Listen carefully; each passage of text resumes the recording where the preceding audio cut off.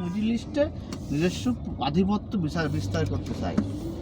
হ্যাঁ, তখন ওই মুসলিম বিশ্বগুলা কুয়েত, কাতার, সৌদি, ইরান, বাহরাইন এরা আমেরিকারে নিজেদের দেশে ঘাঁটি কাটতে অনুরোধ করে ওদেরকে পাহারাদার হিসাবে, তোমরা আমাদের মিডল ইস্টে যাতে ইরান যাতে দখল নিতে না পারে, তুমি আমাদের পাহারাদার হিসাবে থাকো, তোমার খাদ্য পাওয়ার, ইলেকট্রিসিটি যা লাগে সব আমরা দেবো। বুঝতে পেরেছো? আপনি চিন্তা করেন আমেরিকাতে মিনিমাম বাংলাদেশের থেকে বেশি মুসলিম আছে, আমেরিকার গভর্নমেন্ট কি কোনো মুসলিম মানে ধরে ইরানের মতো কচু কাটা করেছে?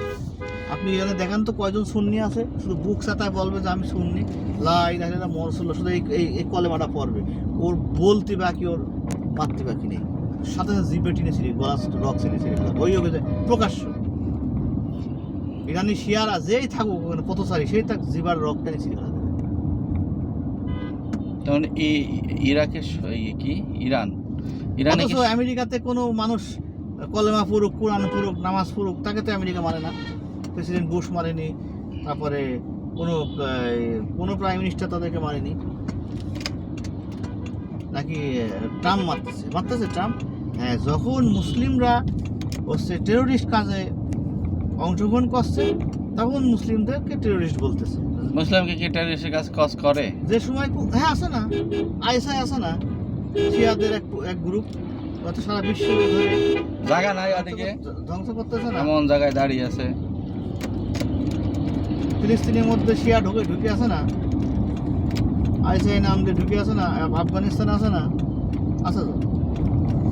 মুসলিমরা যখন টেরোরিস্ট জাতীয় কারণ হাসিনা টেরোরিস্ট করলো না, হাসিনা থেকে কত ওই যে ঘরের মধ্যে টেরোরিস্ট লুকায় আছে, গুলি করে মারি ফেললো, নাটক করলো না টেরোরিস্ট, টুপি মাথায় দিয়ে, এরকম টুপি মাথায় দিয়ে কিছু কিছু মানুষ হরকাতুল জিহাদ, হিজবুত তাওহীদ, এরা টেরোরিজম যখন করে আমেরিকাতে, তখন সেই সব লোকদেরকে মুসলিমদেরকেই খোঁজে, নামধারী মুসলিম, তারা শিয়া কি সুন্নি কেউ তো তাদেরকে পরিচয় এইভাবে খোঁজে দেখিনি।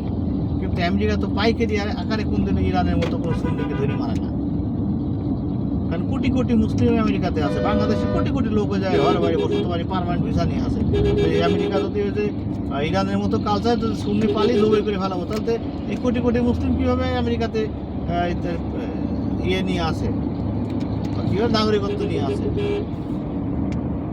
অথচ আপনি দেখান দিনে কয়টা মানুষ সুন্নি পরিচয় ইয়েতে আছে। বাংলাদেশের অনেক নাগরিক কিন্তু ইরানে চাকরি করে, জানো?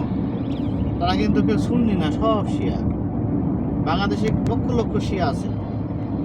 যেদিন হাই হোসেন শুরু হয় ওই দিনই তুমি বুঝতে পারবে, চিটাগাঙে কোটি কোটি হাই হোসেন চলে আসে,